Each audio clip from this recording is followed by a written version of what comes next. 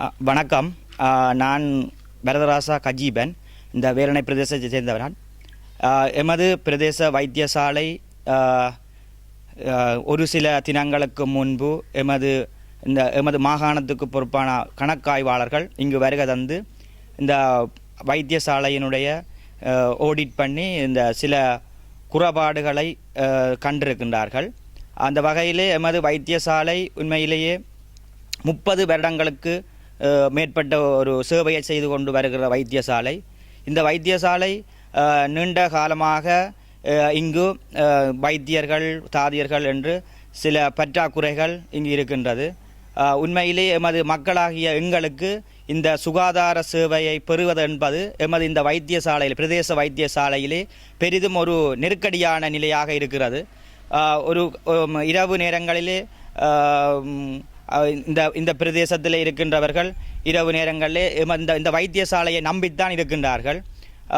இந்த பிரதேசத்திலிருந்து அடுத்த போதனா வைத்தியசாலை கிட்டத்தட்ட 12 கிலோமீட்டருக்கு அங்கால நாங்கள் பயணம் செய்துதான் பயன்பெற வேண்டி இருக்கின்றது. அந்த வகையிலே இந்த வைத்தியசாலை இப்போ இருக்கின்ற சூழ்நிலையிலே இருக்கின்ற 2 வைத்தியர்கள் கடமையிலே இருக்கின்றார்கள்.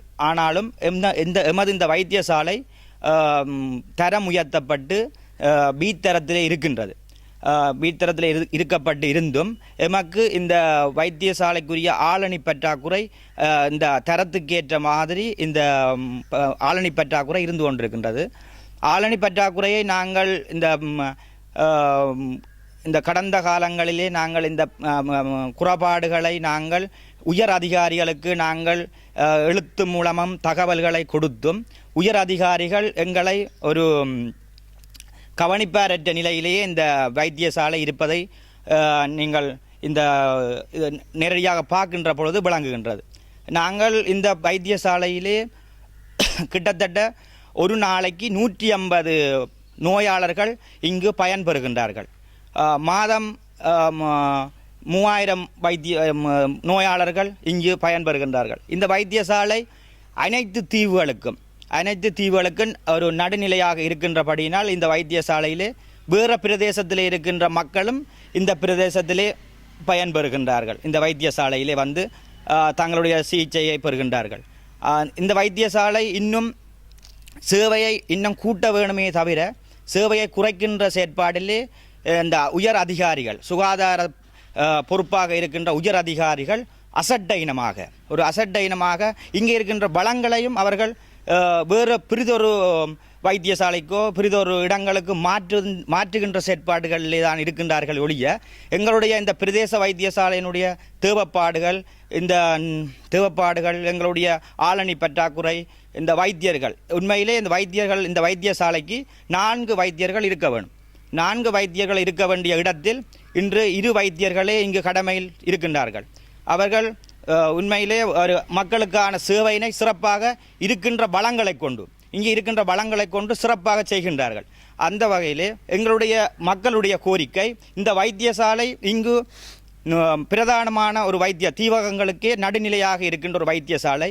இங்கு இருக்கின்ற வளங்கள் அதிகரிக்கப்பட வேண்டுமே தவிர மாறாக இங்கு இருக்கின்ற வளங்களை இன்னொரு இடத்துக்கு மாற்றக்கூடாது. இதை நாங்கள் ஆழமாக இந்த இடத்திலே தெரிவிக்க இருக்கின்றோம். இந்த வைத்தியசாலை உயர் அதிகாரிகள் இந்த வைத்தியசாலையிலே மிகுந்த கவனம் எடுத்து இந்த வைத்தியசாலையை இன்னும் ஆளணி பற்றாக்குறை, பௌதிக வளங்கள், கட்டிட வளங்கள், 2 வைத்தியர்கள் இருக்கின்றார்கள். அவர்களுக்குரிய தங்குவிடமே இங்கே ஒன்றுதான் இருக்கின்றது. அவ்வாறு இருக்கின்றபடினால் இந்த வைத்தியசாலை உண்மையிலேயே எங்களோட தீவகத்தை பொறுத்தவரையிலே தீவக மக்கள் அனைவருக்கும் உரிய வைத்தியசாலையாக சிகிச்சை பெறுகின்றார்கள்.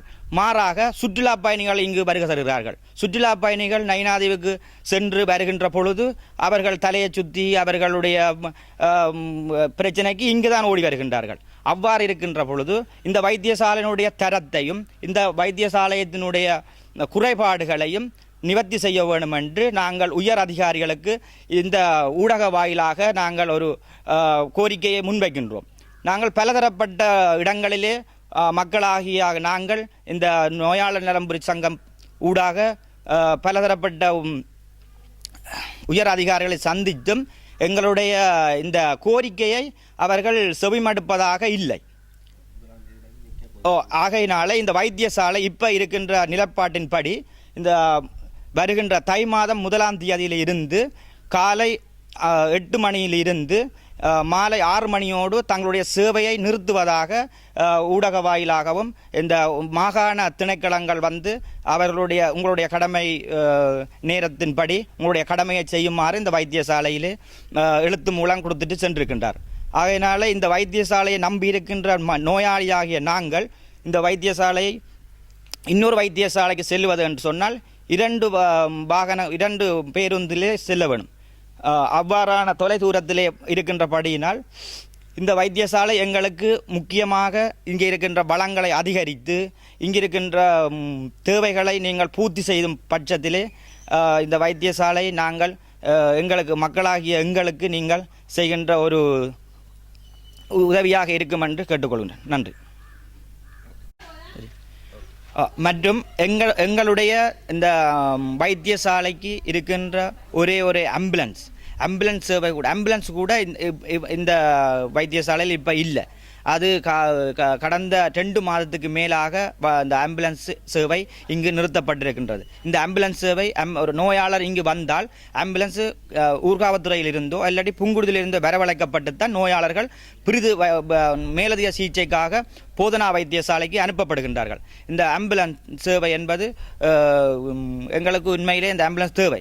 இந்த ஆம்புலன்ஸ் இங்கே இருக்கின்ற பொழுது இந்த ஆம்புலன்ஸ் இங்கே தீவிரத்தில் இருக்கின்ற அனைத்து இடங்களுக்கும் இந்த ஆம்புலன்ஸ் சேவையை செய்தது. எங்கள் வேலணையில் இருக்கின்ற ஆம்புலன்ஸ் அவ்வாறு இந்த நீங்கள் வேணுமென்றால் ஆம்புலன்ஸை கிலோமீட்டரை பார்த்தா தெரியும். இங்கே வடமாகாணத்தில் இருக்கிற ஆம்புலன்ஸின் கிலோமீட்டரை விட வேலணை பிரதேச வைத்தியசாலையில் இருக்கின்ற ஆம்புலன்ஸின் கிலோமீட்டர் தான் கூடுதலாக இருக்கின்றது. அவ்வாறு இந்த ஆம்புலன்ஸ் எங்களுக்கு கூடுதலான சேவையை இந்த தீவு பகுதி மக்களுக்காக பிரீத வைத்தியசாலைக்கு சென்று எங்களுடைய ஆம்புலன்ஸ் சேவையை செய்திருக்கின்றது. இந்த ஆம்புலன்ஸையும் எங்களுக்கு நீங்கள் வெகு விரைவிலே வேலையை பூர்த்தி செய்து உயர் அதிகாரிகள் எங்களுக்கு இந்த வைத்தியசாலையிலே நாங்கள் சிகிச்சை பெறுவதற்கு நீங்கள் எங்களுக்கு உரிய ஏற்பாடுகளை செய்து தருமாறு கேட்டுக்கொள்கின்றோம்.